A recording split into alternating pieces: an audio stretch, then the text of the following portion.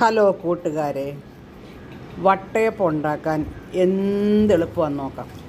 നമ്മൾ പച്ചരി ഒരു 5 മണിക്കൂർ കഴുകി കുതിർത്തിട്ടിട്ട് അത് വെള്ളമില്ലാതെ കുതിർത്ത പച്ചരി 5 മണിക്കൂർ കുതിർത്ത പച്ചരി നമുക്കിങ്ങനെ കഴുകി വാരി മിക്സിക്കകത്ത് അരച്ചുകൊണ്ട് വരാം. നല്ല സൂപ്പറായിട്ട് നമുക്ക് വട്ടയപ്പം ഉണ്ടാക്കിക്കൊണ്ടിരിക്കും. ഒരു കഷ്ടപ്പാടുമില്ല. വട്ടയപ്പം ശരിയായില്ലെന്ന് ആരും പറയല്ലേ. കുറച്ച് വെള്ളം ഒഴിച്ച് നമുക്ക് അരച്ചുകൊണ്ട് വരാം. അരച്ചു. ഇതിൻ്റെ ടിപ്പ്. ഇത് അരച്ചതിനെ നമുക്കൊരു കപ്പി കാച്ചുക എന്ന് പറയും. ഇങ്ങനെ വട്ടയപ്പം ഉണ്ടാക്കിയാൽ നല്ല സൂപ്പറായിട്ട് വട്ടയപ്പം വരും. അത് കുറച്ച് വെള്ളം കൂടി ഒഴിച്ച് നല്ല കട്ടയൊന്നും ഇല്ലാതെ ഇളക്കുക. ഈ ഇളക്കുന്ന മാത്രം നമ്മൾ ശ്രദ്ധിക്കണം, ഒരു കട്ടയും കാണില്ല. സ്റ്റൗവേ വെച്ചിട്ട് നമുക്കതിനെ കൈ തോരാതെ ഇളക്കണം. ഇളക്കി ഇരിക്കണം. കൈ എടുക്കല്ല. കൈ എടുത്താൽ കട്ടിയായിപ്പോവും. ഇളക്കിക്കൊണ്ടിരുന്നിട്ട് അതുകൊണ്ട് ഇങ്ങനെ പറ്റി വരുമ്പോൾ ഒരു പശ മാതിരി വരത്തില്ല. പശയല്ല, ഒരു സെമി സോളിഡായിട്ട് അങ്ങനെ വരുമ്പോൾ നമ്മൾ തീ ഓഫ് ചെയ്യുക. പിന്നെ അതിരുന്ന് കട്ടിയാകും. എന്നിട്ട് ഇങ്ങനെ ഈ വരുന്ന സാധനത്തിന് ഇത് കപ്പി കാച്ചുക എന്ന് പറയുന്നത്. ഇതിനെ നമ്മൾ തണക്കാൻ വെച്ചു. ഇത് തണുത്ത് കഴിയുമ്പോൾ നമുക്ക് ആ മാവ് അരയ്ക്കുന്നതിൻ്റെ കൂടെ ഈ മറ്റേ ആദ്യം ബാക്കി അരച്ച മാവ് എടുത്തു.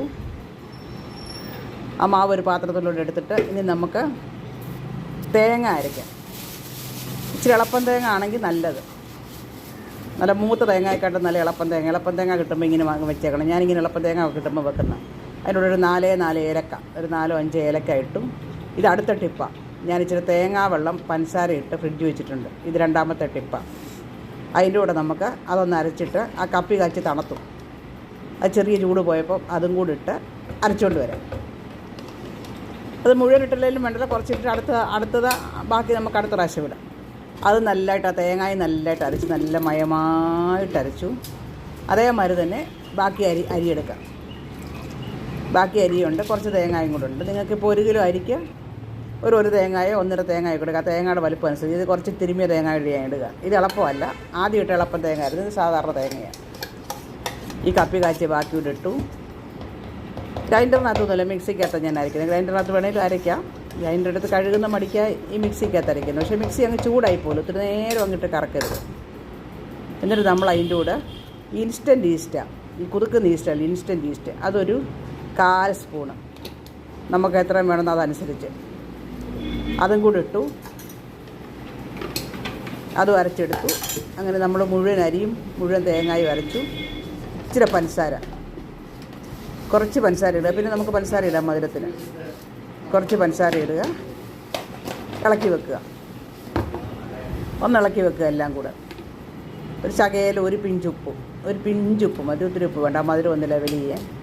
എന്നിട്ട് നമ്മളെല്ലാം കൂടെ ഇളക്കി വെക്കുക. ഇളക്കി ഇങ്ങനെ ഒരു 6, 7, 5 ക്ലൈമറ്റിൻ്റെയും ചൂടിൻ്റെയും വെക്കുന്ന സമയവും ഈസ്റ്റിൻ്റെയും ഒക്കെ അനുസരിച്ചിരിക്കും. എന്നാലും മാക്സിമം ഒരു 6-7 മണിക്കൂർ കൊണ്ട് രാത്രിയിലൊക്കെ അരച്ച് വെച്ചാൽ ചിലപ്പോൾ രാവിലെ തന്നെ പൊങ്ങിപ്പോവും.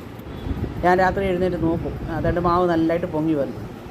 മാവ് നല്ല ഫുള്ള് കലം നിറച്ചായി. അരക്കലം വെച്ചത് 1 കലമായി. മാവ് ഇങ്ങനെ വളർന്ന് ഇത്രയായി.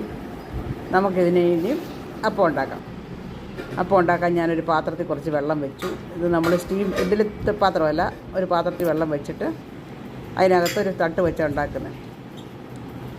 ഇതിലോട്ട് ഞാൻ ഇച്ചിരി നല്ലതായിട്ട് എണ്ണ വെച്ചു. എണ്ണ നല്ലതായിട്ട് തേച്ചു.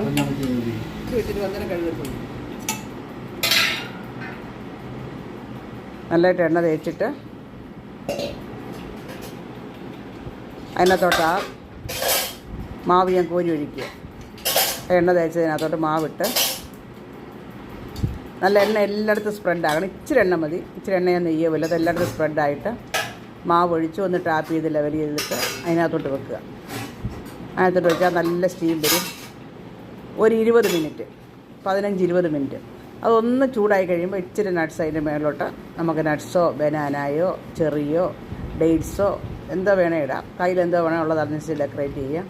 ഞങ്ങൾ ബനാന മുറിച്ചിടും, ഡേറ്റ്സ് മുറിച്ചിടും, എന്തോയൊക്കെ മുറിച്ചിടാം. അങ്ങനെ വെച്ചിട്ട് ഒരു 15-17-20 മിനിറ്റ്, ഒരു 15-17 മിനിറ്റ് ആകുമ്പോൾ നമ്മളിങ്ങനെ ഒന്ന് കുത്തി നോക്കിയിട്ട് ഇതിലാകുന്നില്ലെങ്കിൽ അത് വെന്തു. ആകത്തില്ലെങ്കിൽ നമുക്ക് ഓഫ് ചെയ്തെടുക്കുക. അത് വെന്തു കേട്ടോ. നമ്മുടെ വട്ടയപ്പം സൂപ്പറായിട്ട് റെഡിയായി.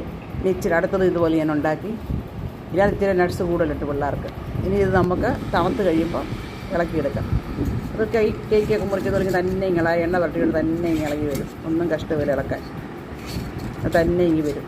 നല്ല സോഫ്റ്റായിട്ട് ഇങ്ങനെ തട്ടി കൊടുത്താൽ മതി. ഇങ്ങനെ തട്ടി കൊടുത്തിട്ട് ഇതണ്ട നല്ല സോഫ്റ്റ് വട്ടയപ്പം കണ്ടോ, നല്ല പതാന്നിരിക്കും കണ്ടോ, കേക്ക് പോലെ നല്ല സോഫ്റ്റ്. അതുകൊണ്ട് ഇനി വട്ടയപ്പം ഉണ്ടാക്കാൻ ഞാൻ ഉണ്ടാക്കിയിട്ട് ശരിയായില്ല, ഞാൻ ഉണ്ടാക്കിയിട്ട് അങ്ങനെ അന്നാരും പറയരുത്. കണ്ടത് ഉണ്ടാക്കി നോക്ക്.